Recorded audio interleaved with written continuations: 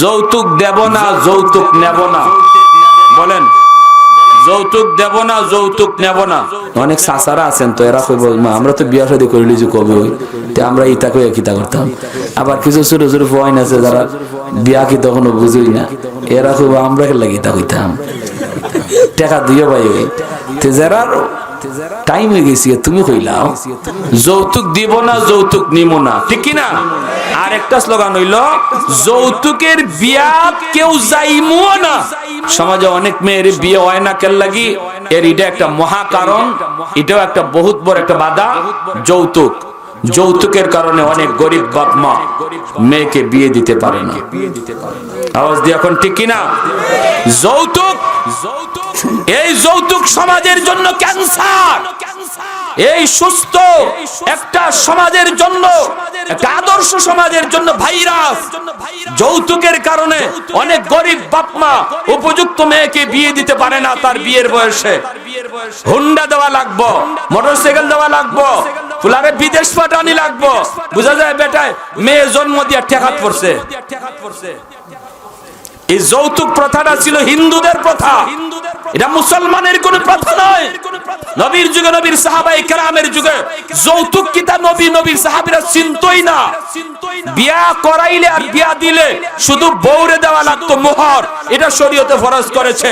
ওয়া আতুন নিসা সাদুকাতিহিন্না নিহলা, আল্লাহ বলেন সন্তুষ্ট চিত্তে মোহর দাও, টাকা পাবে শুধু মেয়ে, বরকে কিছু দেওয়া হবে না। মেয়ের কারণে, বিয়ের কারণে বর কিছু দিতে পাবে না।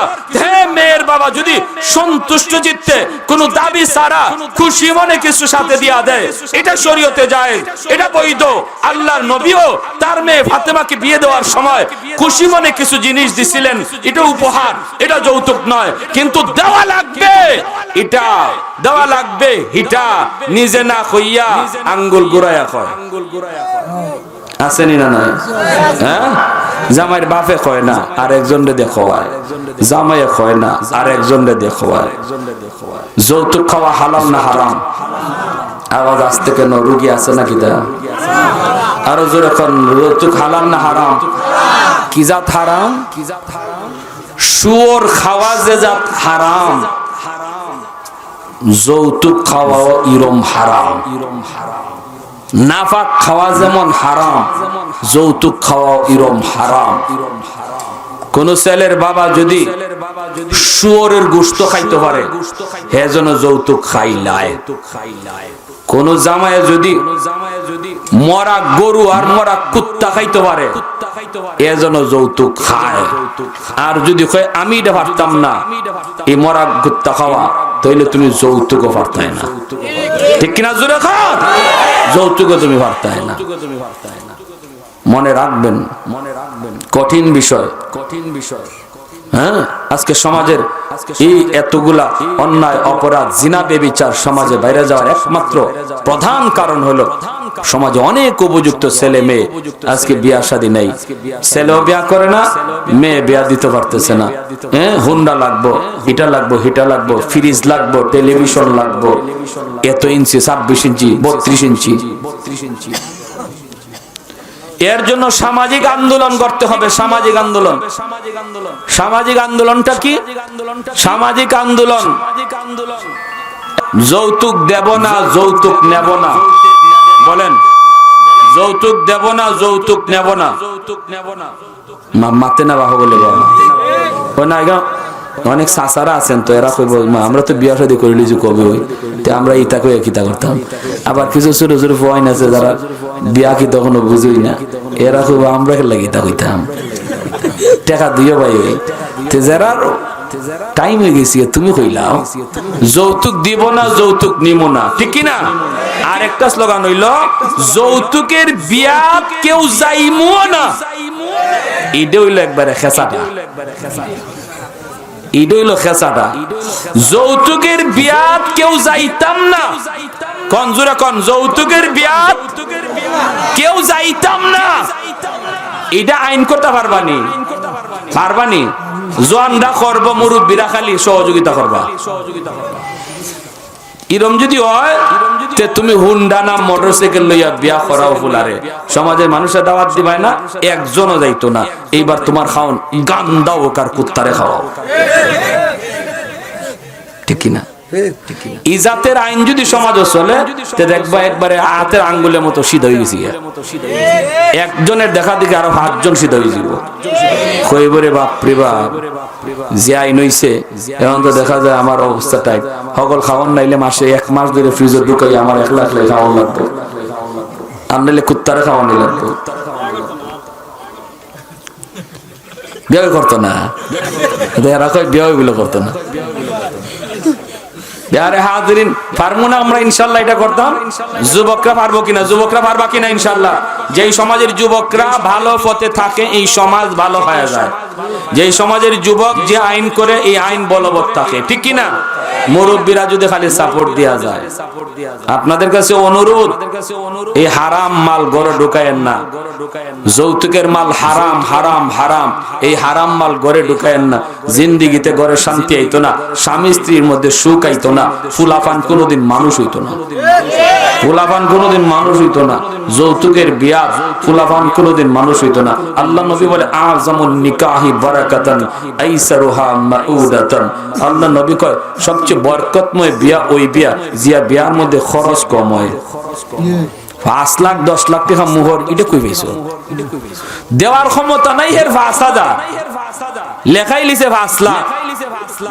কিতাবে তুই 5 লাখ তুই লেখাইলে তোর দেওয়ার ক্ষমতা আছে না? কইটা দেওয়ান লাগে না, এটা খালি লেখাই লইস। আরে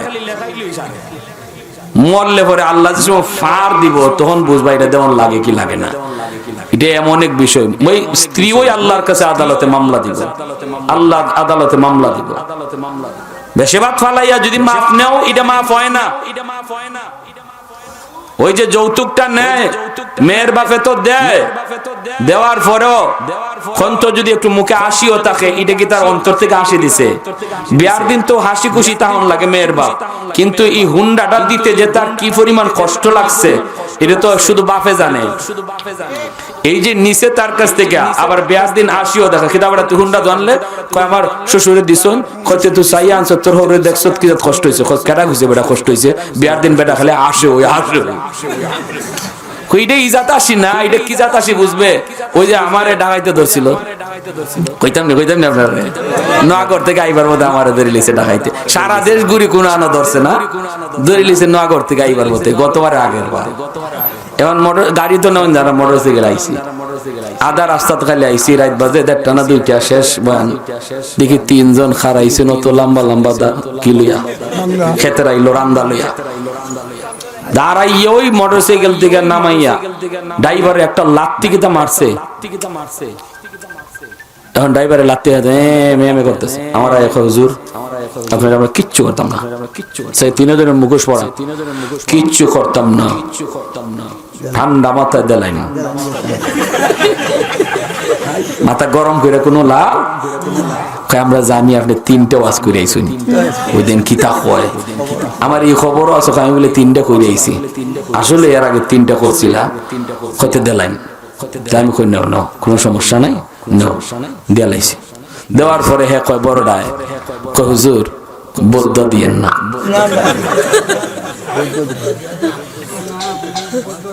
শুনছুনি মা, হে যে আমারে জোরে খাওয়াইতেছে, আমিও যখন না না না আমি বদ্দা দিলাম না, আমি বদ্দা দিয়া কি মরতাম নি।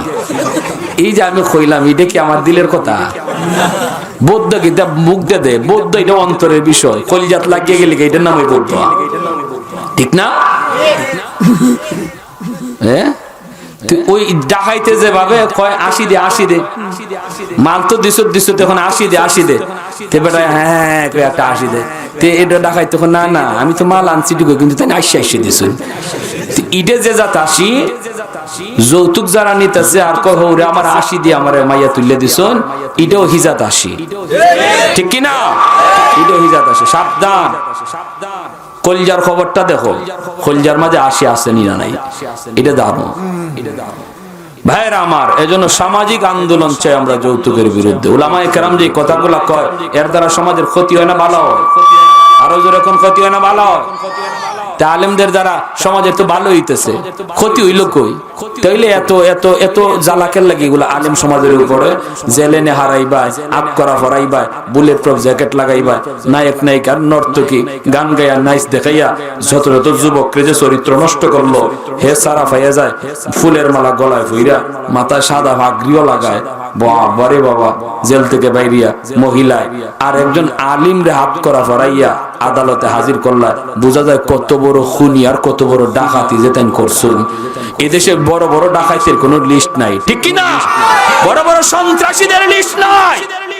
এদেশে কোটি কোটি টাকা কলমের খুচায় কারা বিদেশ পাচার করে, এদের কোনো লিস্ট নাই। আমি বলি লিস্ট তৈরি করো, তালিকা তৈরি করো। একজন আলেমের নাম পাওয়া যাবে না, একজন হাফেজের নাম পাওয়া যাবে না। কারা কারা এদেশে মাফিয়া চক্রের নিয়ন্ত্রণ করে, কারা রাতারাতি আঙ্গুল ফুলে কলাগাছ হয়েছে কেসিনোর ব্যবসার মাধ্যমে, তালিকা বের করো। কোন মাদ্রাসার ছাত্র আর কোন আলেম খুঁজে পাবা না। কিন্তু আলেমদের সাথে এত দুশ্মনী কেন? যেখানে উলামায়ে কেরাম মানুষকে যৌতুক না নেওয়ার কথা বলে, উলামায়ে কেরাম মদ গাঞ্জা খাইতে নিষেধ করে, উলামায়ে কেরামের মেহনতের দ্বারা সমাজের বহু যুবক পথহারা যুবক পথ খুঁজে পেয়েছে, আদর্শ মানুষ হয়েছে, সমাজ শান্তির সমাজ হচ্ছে, সেই আলেমদের বিরুদ্ধে আছে এত বিদ্বেষ কেন? আমি তো বলি এই বিদ্বেষ কোন মুসলমানের নয়, এই বিদ্বেষ যার অন্তরে আছে সে নামে মুসলমান কিন্তু মূলত একটা মুনাফিক। আরো জোরে ঠিক কিনা? প্যারে হাজিরিন, এজন্য আমরা আলেমদের সাথে থাকবো ইনশাআল্লাহ। আর এই চারটা আমল করব। এক, আল্লাহর বিধিবিধান মানবো। দুই, চোখের হেফাজত করব। তিন, আমার চরিত্র আখলাক ব্যবহার ভালো করব। চার, উপযুক্ত ছেলে মেয়েকে বিয়ের টাইমে বিয়ে করাই লিতাম, বিয়ার টাইমে বিয়া দেয়া লাইতাম। এই চার আমল করলে আল্লাহ নবী বলে মহাদৌলত ইমান যে সাথে পাইছো এটা লইয়া তুমি কবরে যাইতে পারবা। আল্লাহ আমাদের সবাইকে এই অল্প কথাগুলো করে আমল করার তৌফিক দান করুন। সবাই বলে আমিন। আরো জোরে বলি